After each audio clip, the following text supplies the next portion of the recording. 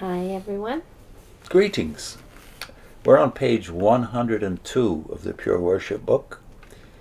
And the subhead here is, My anger will come to an end. And then you have to think, by the time you get 3 pages in, as we are now, who is he talking to when he says, my anger will come to an end? Yeah. Ezekiel and Israel. You have it that the ultimate fulfillment is in you, Jehovah's Witnesses. Yeah. So we're just leading up to the switch over to us. Yeah, we'll see how they switch so rapidly in this sequence of paragraphs. So I'm going to be reading from the screen, so forgive me if I'm looking elsewhere. Okay, but I'll start. Were those 5 promises fulfilled on the Jews who returned from exile? We do well to remember the words of faithful Joshua of old. Not one word out of all the good promises that Jehovah your God has spoken to you has failed. They have all come true to you, for you. Not one word of them has failed. So it was in Joshua's days. So it had to be in the days of the exiles who returned to their homeland. I think we can say amen to that. Yeah. The words succeeded for 800 years till the exile, and here they get into after the exile. It says in paragraph 21, the Jews gave up idolatry and the other disgusting practices of false religion that had alienated them from Jehovah. That was foretold too, to them. Against all likelihood, they resumed a living in their homeland, cultivating it and enjoying productive lives there. One of the first things they did was to restore Jehovah's altar in Jerusalem and make acceptable offerings there. Yes, they did. Ezra 3:2-6 is cited.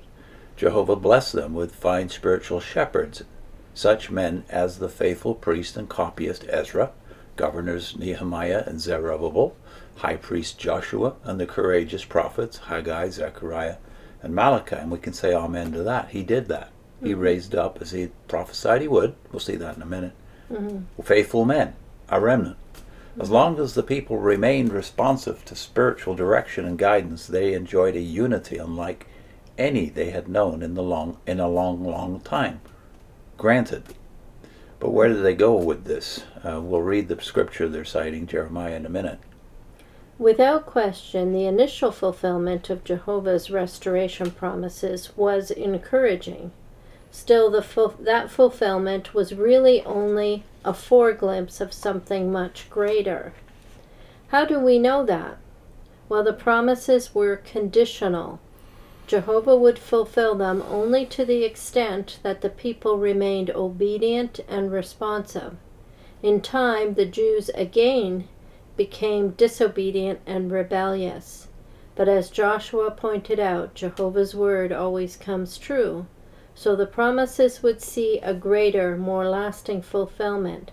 Let us see how that came about. But you're missing all those faithful people in between. Yeah.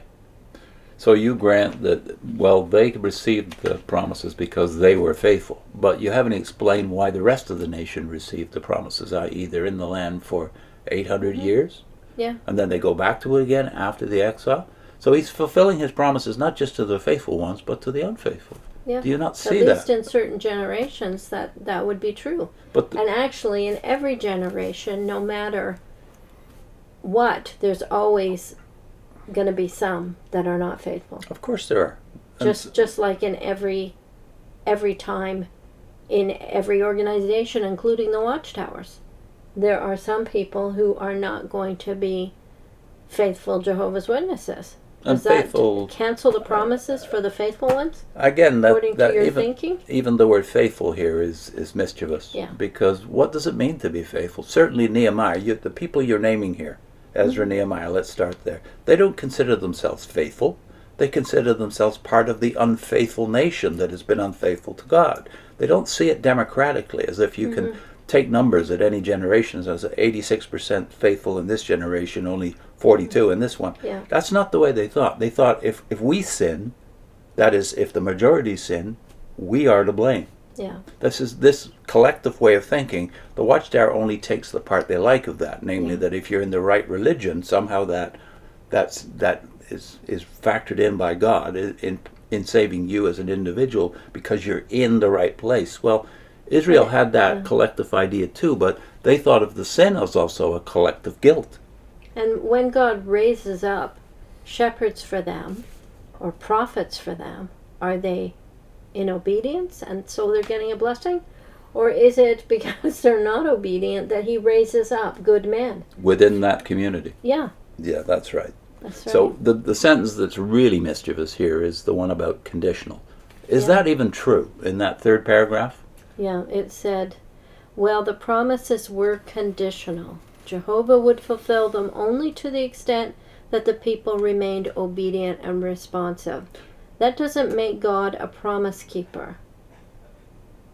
That makes you either a faithful or an unfaithful worshiper, maybe. Yeah. Maybe. And But so he I don't doesn't grant have that. to keep his promises then, if you're unfaithful. But it is even the sentence unconditionally true, i.e., is that true, the way it's stated? No, the promises were not conditional.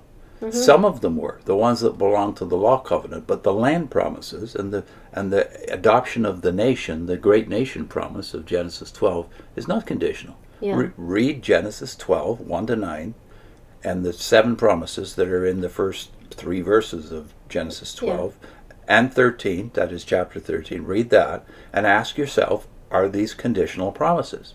There's nothing about a law code or any expectation placed upon them collectively. It's about Abraham, the man, who doesn't have any children yet, receiving unconditional promises from God. And his children receiving promises. So it's, it can't be fulfilled with one generation. Some of those promises are forever. It says forever in them. The original one, that is in 13, when Abraham at this point is told to lift up his eyes and look in every direction. All of it will be yours. Everywhere your foot treads, everywhere you can see, will be yours. Yet, Stephen says in Acts 7 that he did not receive a foot of the land. So then God was unfaithful even to faithful Abraham, by your logic. Unless the whole thing is that they will receive that land. Abraham and his descendants. Now, notice how quick they jump from that, God fulfilling all his promises about the end of the exile and what would happen. Among them, he was raising up faithful shepherds. Mm-hmm. They jump from that to the modern fulfillment, leaving behind the New Testament. But what about the remnant of Jewish believers after this exile? After the Old Testament, exile. Yeah. You've got, in the New Testament, you've got a remnant then too. Because you're not counting in the faithful people that Jesus finds when he's there. Even when he's a baby. He goes into the temple with his parents, and who greets him there? Anna and Simeon. Anna and Simeon, who are elderly and have been waiting for the hope of Israel to arrive, and he's arrived. And then his cousin, John the Baptist. And his parents too. They're faithful people. Yeah. So and then after his death, you've got the apostles. The very first day, 3,000 converts. Probably all males, by the way, so it's probably a bigger number than 3,000. Yeah. People who were waiting for the hope of Israel to arrive, and the Messiah had now come, and the Spirit was being poured out, as Isaiah said it would be, upon all those who received him within Israel. And at this point, all of the people who believe in Jesus are Jews. Mm-hmm. We don't even think of that when we're witnesses. Is that not a remnant? And then there's still a remnant. Throughout the church age, there have been Jewish believers. A remnant of that people. This is the verse they cite, the only one they boldened in here for you to read, right? Is one verse again. Yeah, here it is. Jeremiah 3:15. And I will give you shepherds after my own heart, who will feed you with knowledge and understanding.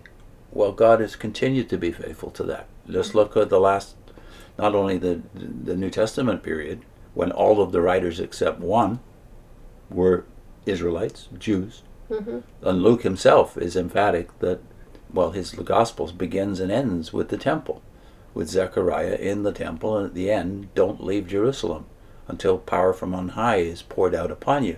Mm-hmm. And so that has continued, though. This is the part that was missing until I really had to think about it 40 or so years ago.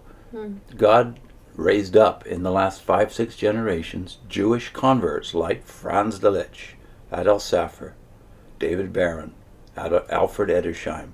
And now in Israel, 30,000 or more converts from Judaism to Christianity in Israel alone. Hundreds of thousands throughout the world. So God has never abandoned the remnant principle. Yeah, he's never without a remnant of believers.